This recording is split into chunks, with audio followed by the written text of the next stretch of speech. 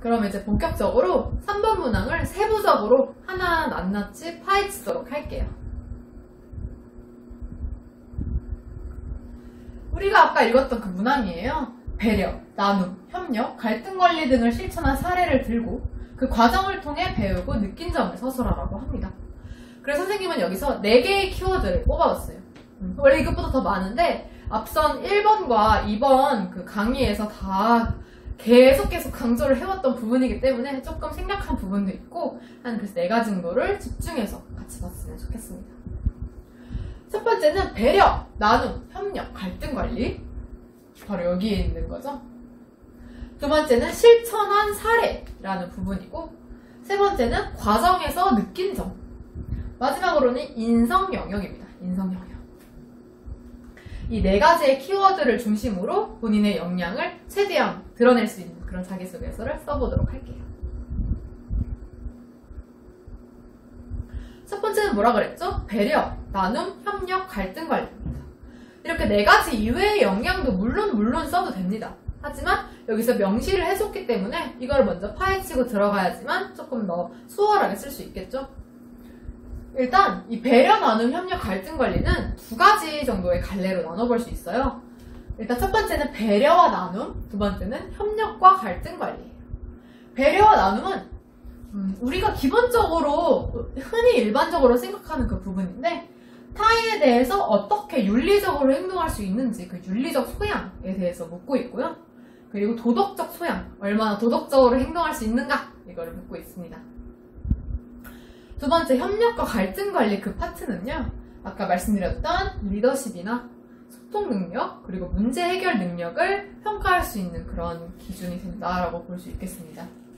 그래서 이 2가지를 모두 다 쓰는 건 물론 좋습니다. 하지만 하나만 선택해도 돼요. 하나의 길만 선택해도 되니까 자신 있는 경험, 나는 이런 면이 조금 더 탁월한 것 같아, 이런 면이 조금 더 자신 있어 라고 하는 이 2가지 파트 중에서 하나를 선택을 해서 재료를 골라내고 그걸 중심으로 사례를 붙여나가는 그런 방식으로 쓰면 정말 좋을 것 같다고 말씀드리고 싶습니다.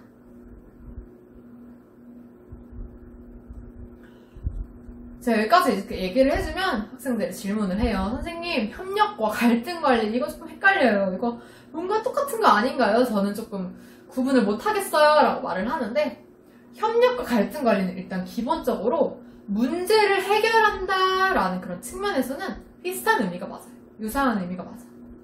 하지만 조금 더 차이점을 구별해서 써보자면, 왜냐면 우리가 재료를 골라낼 때 좀 애매한 부분들이 있잖아요. 그래서 그 부분의 기준이 되기 위해서 협력과 갈등 관리를 나눠봤는데, 일단 협력은 경험들 중에서 내가 부족한 점이 있었어. 그런 부족한 점을 좀 인정을 하고 남들도 조금 배려해서 더욱더 좋은 결과물을 만들어냈던 경험이 있는가? 만약에 있으면 이 협력 파트로 가서 쓰면 됩니다. 갈등 관리는 그런 거예요. 충돌이 있어. 먼저 갈등이 있어. 의견이 충돌되거나 아니면 갈등이 있어서 그런 문제 상황이 있는데 그것을 해결했던 경험, 해결을 이끌었던 경험이나 해결에 도움이 됐던 경험, 이러한 상황들이 있으면 여기 갈등 관리에 쓰면 좋겠습니다. 그래서 다양한 경험들을 생각해보고 내가 좀 구체적으로 기술할 수 있는 나의 역할이 있었던 그런 경험들이 떠오르면 협력과 갈등 관리 중에서 고민을 하지 말고 하나를 선택해서 쓰면 좋을 것 같다는 얘기를 합니다. 물론 갈등 관리와 협력이 하나의 그런 경험에 깃들어 있는 경우들도 있어요. 그러니까 본인의 경험이 다 맞아요. 다 맞으니까 고민하지 않고 좀 주저하는 경향이 있는데 그러지 말고 그냥 차근차근 써내려 가다 보면 좋은 자기소개서가 나올 겁니다.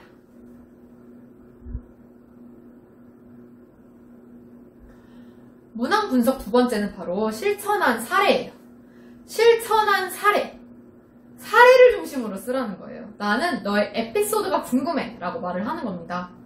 그래서 문항에서 이렇게 직접적으로 실천한 사례를 쓰세요 라고 했던 부분은 3번 문항이 처음이죠. 그래서 문항에서 이렇게 실천한 사례를 언급했다는 것은 1번과 2번보다 행동, 사례, 에피소드 이런 거를 훨씬 더 강조해서 작성하라 라는 말이 됩니다.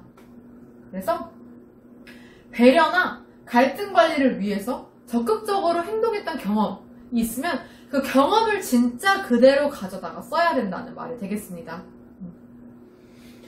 그래서 계속 100번, 1000번, 10,000번 강조를 하지만 구체적이면 구체적일수록 훨씬 더 매력적이고 잘 쓴 자기소개서라고 꼭 강조를 하고 싶고요. 그러면 다른 사람도 아닌 내가 한 경험을 명확하게 드러내야 됩니다.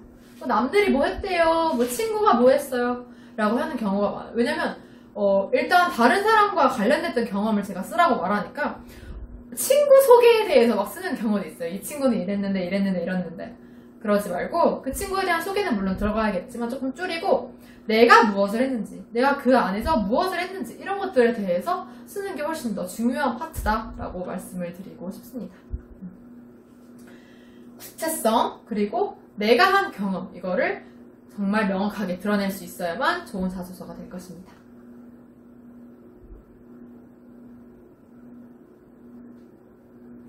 세 번째는 뭐라고 써있어요? 이제 안 봐도 알 수 있어요. 안 봐도 이제 알 수 있어요. 뭐냐면 느낀 점입니다. 이 과정에서 느낀 점. 그냥 느낀 점도 아니고 과정에서 느낀 점이에요. 과정을 구체적으로 쓰고 느낀 점을 진솔하게 진지하게 나타내봐라 라는 의미가 되겠습니다. 그래서 계속 반복되는 만큼 중요한 부분이라는 건 100번 강조해도 모자라지 않고요. 근데 여기서 이제 내가 느낀 점을 써라 라고 이제 말을 하면요, 되게 막 진짜 눈물이 막 흐르는 그런 감동적인 얘기 있잖아요. 진짜 막 진짜 눈물 나는 그런 얘기들을 써야 되나요? 이런 친구들도 있고 정말 그런 얘기들만, 그런 파트만 쓰는 친구들도 있어요.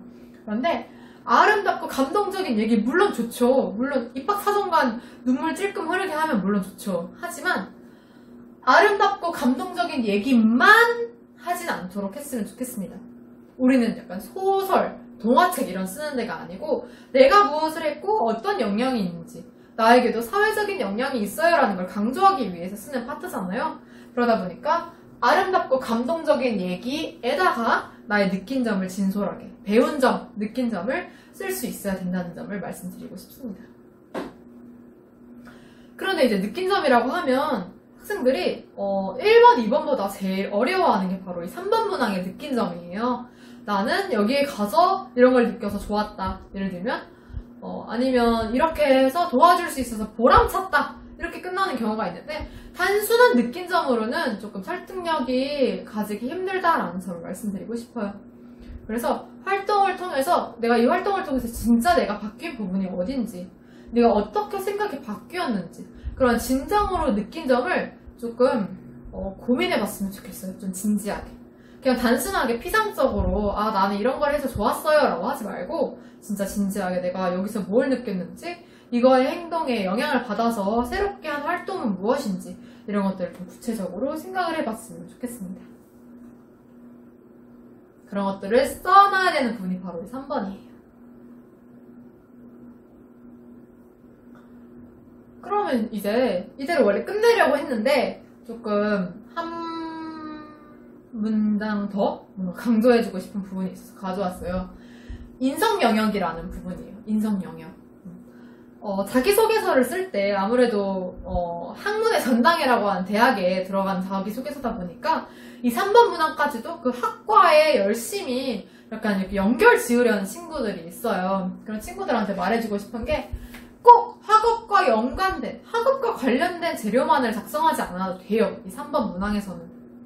그렇지 않아도 되니까 자유롭게 선택을 하면 되고, 하지만 연관은 지을 수 있겠죠. 정말 선생님 저는 불안해요. 저는 학업과 연관을 짓지 않으면 불안한 그런 사람입니다 라고 하는 경우에는 연관을 지어서 쓰는 거죠. 예를 들어 봉사활동 자체가 나의 학업 역량을 드러낼 수 있는 활동이야. 그러면 그런 것들을 가져다가, 재료를 고를 때 그런 걸 가져다가 결합시켜서 쓰면은 좋을 것 같다는 말을 하고 싶습니다. 하지만 여기서 강조하고 싶은 부분은 절대로 학업과 막 연관지어서 쓰지 않아도 된다라는 것을 말씀드리고 싶어요.